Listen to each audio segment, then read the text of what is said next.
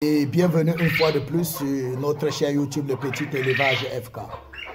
Alors pour ceux qui arrivent pour la première fois sur notre chaîne ou qui tombent pour la première fois sur notre vidéo sur cette chaîne, sachez que je m'appelle Dieudonné Fongan. Je suis le promoteur de la chaîne YouTube Le Petit Élevage FK. Ici nous on parle de business rentable. Ici nous on parle de cuniculture, c'est-à-dire l'élevage de lapins. Ici nous sommes de ceux qui avons fait de l'élevage de lapins notre business, notre gagne-pain. Et nous voulons vous encourager à vous intéresser à l'élevage de lapins. Oui, c'est un business porteur. C'est un business que n'importe qui peut se lancer à l'intérieur. C'est n'importe qui peut s'engager dans l'élevage de lapins et trouver son compte.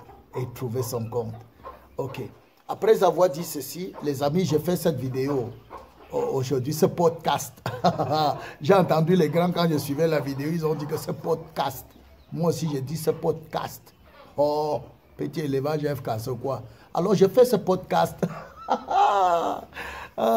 pour vous parler de quelque chose concernant l'alimentation de lapin, l'aliment de lapin. J'ai vu beaucoup de personnes parler de l'alimentation de lapin. Je vois beaucoup de personnes se casser la tête pour chercher les formules alimentaires de lapin, pour migrer d'aliment à aliment, de formule alimentaire, L'autre dit, mon lapin ne prend pas le poids. L'autre dit, mon lapin grossit lentement. L'autre dit, mon lapin ne grandit pas vite. On dit, tu veux quoi? Il dit, je veux l'aliment. Je veux le meilleur aliment. Je veux le meilleur aliment. Je vais te choquer. Je vais te dire que le meilleur aliment n'existe pas. Le meilleur aliment n'existe pas. Voilà. Pour te choquer, je dis le meilleur aliment n'existe pas. Oui, l'aliment est très important dans l'alimentation des lapins. L'aliment est très important. Je dirais même à 75 voire 80%. Oui, parce que tout est centré sur l'alimentation du lapin. Donc si vous ne maîtrisez pas l'alimentation du lapin, vous êtes déjà parti, vous êtes déjà droit à un échec. Mais ce que j'aimerais vous dire, c'est que arrêtez de courir d'aliment en aliment. Aliment en aliment, aliment en aliment. Aujourd'hui, tu nourris avec ceci. Demain, tu changes, tu avais l'autre. Après, tu avais l'autre. Quand on te demande, tu dis que je cherche l'aliment qui va rendre mes lapins gros. Je cherche mes lapins qui vont faire grossir mes lapins. Sauf que tous ceux que tu vas trouver vont te dire que l'aliment qu'ils ont est de bonne qualité. Oui, parce que moi, l'aliment que j'ai, c'est de bonne qualité. Ok? Mais je vais te dire quelque chose. Tu peux avoir l'aliment et tu n'as pas de rendement. Je peux avoir le même aliment, j'ai le rendement. Toi, tu as le même aliment, tu n'as pas le rendement. Donc, l'aliment, la formule alimentaire, le bon aliment ne définit pas la réussite de ton élevage. Faites attention. Faites attention. L'aliment est important, disons, à 80%. Mais l'aliment ne détermine pas, le bon aliment ne détermine pas la réussite de ton élevage. Ce n'est pas parce que tu as le bon aliment. Le bon aliment complet pour ton lapin que tu penses que la réussite est assurée. Non, l'alimentation ne suffit pas. L'alimentation, même le bon aliment ne garantit même rien. Laissez-moi vous choquer. La bonne alimentation ne garantit même rien. Pour preuve, je peux avoir un bon aliment, j'ai le rendement. Toi, tu as un bon aliment, tu n'as pas le rendement. Tu peux avoir un bon aliment, tu as le rendement, j'ai le bon aliment, je n'ai pas le rendement. Le problème se situe où? Sachez ceci, que dans l'alimentation du lapin, dans l'élevage de lapin, l'aliment vient après plusieurs autres données.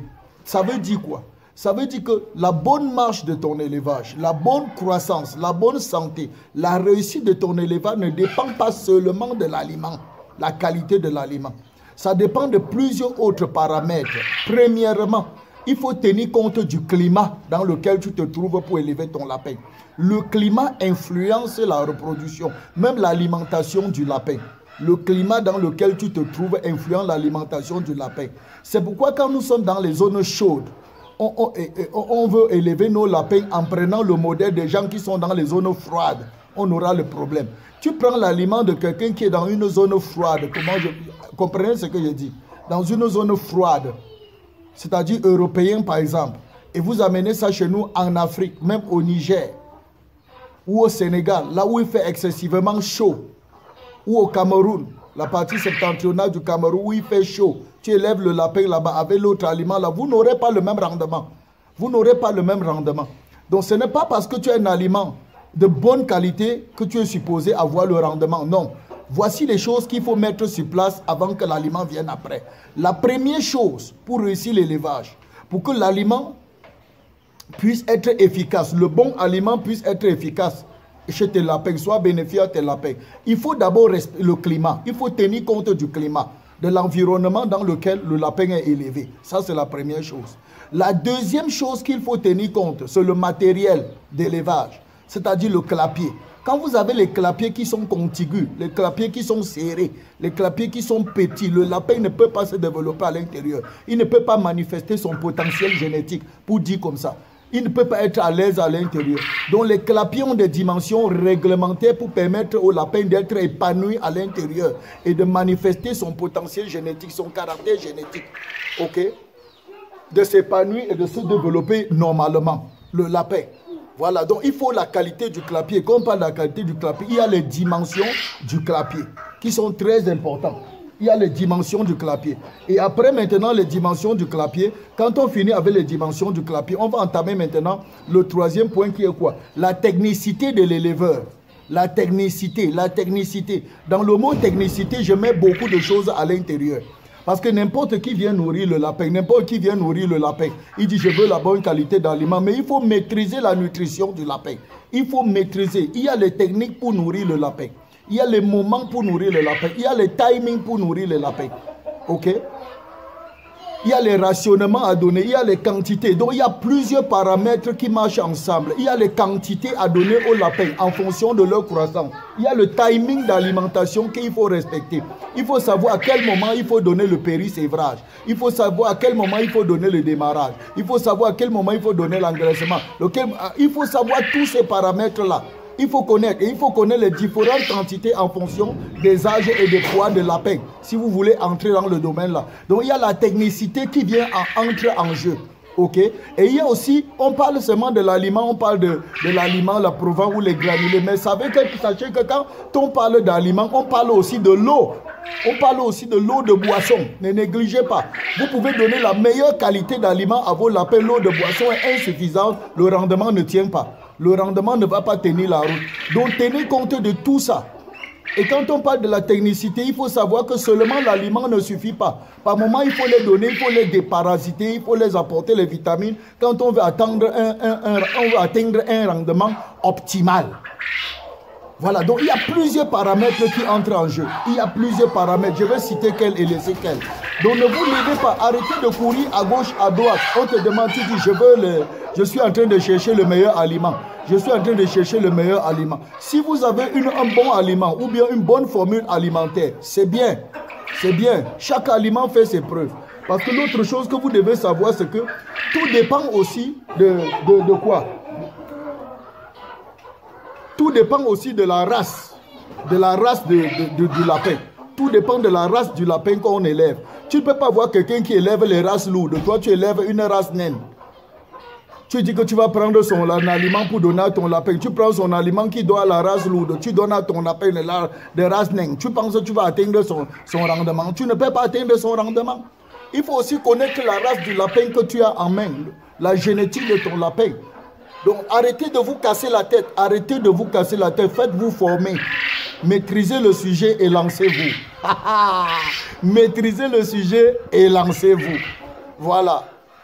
Donc il y a plusieurs paramètres qui entrent en jeu. Je vois les gens courir. Je cherche le meilleur aliment. Je cherche le meilleur aliment. L'autre aliment là n'est pas bon. Ceci n'est pas bon. L'autre là est monté. L'autre là est descendu.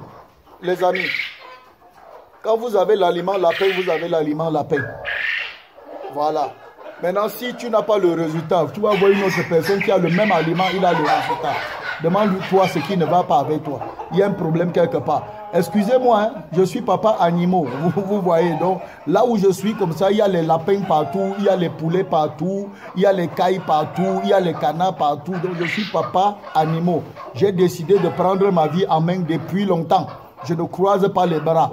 Voilà, donc je suis papa animaux. Là où je vis, ils sont là avec moi en désordre. Donc à chaque moment, si je veux une feuille, j'ai une feuille. J'ai une feuille. Donc aujourd'hui, je n'ai plus faim. Voilà. Et je veux que tu sois comme ça. Je veux que tu sois comme ça. Donc tu peux te lancer même dans l'élevage des cailles. Il y a les cailles ici. Hein. Tu peux te lancer dans l'élevage des cailles. Et si tu veux te lancer dans l'élevage de cailles, contacte-moi. Hein? Contacte-moi. Alors les amis, c'était tout pour cette vidéo. Si vous avez besoin de mon livre sur la prise en charge de l'apéro de A à Z, ne manquez pas de m'écrire. Et si vous voulez rejoindre une de nos formations en ligne sur la cuniculture, veuillez nous contacter pour vous faire enregistrer le plus rapidement possible. Parce que le début du mois d'août, nous allons lancer une formation complète, une formation en ligne, formation complète en élevage de lapin, avec démonstration à l'appui, avec pratique théorique et pratique. Donc ne manquez pas de nous contacter et pour vous inscrire et faire partie du voyage. Et si vous ne vous êtes pas encore lancé, les amis, je vous dis tout simplement, vous êtes en retard. Vous ratez les meilleures choses. Vous ratez les meilleures choses. Toi qui me suis depuis longtemps, tu attends quoi? Tu as peur de quoi? Tu as peur de toi? Lance. Achète quelques lapins, achète 2 lapins. Lance-toi, appelle-moi, on va marcher ensemble. Je vais t'aider à réussir. Tu n'es pas seul. Lance-toi, lance-toi. Lancez-vous. Peace out.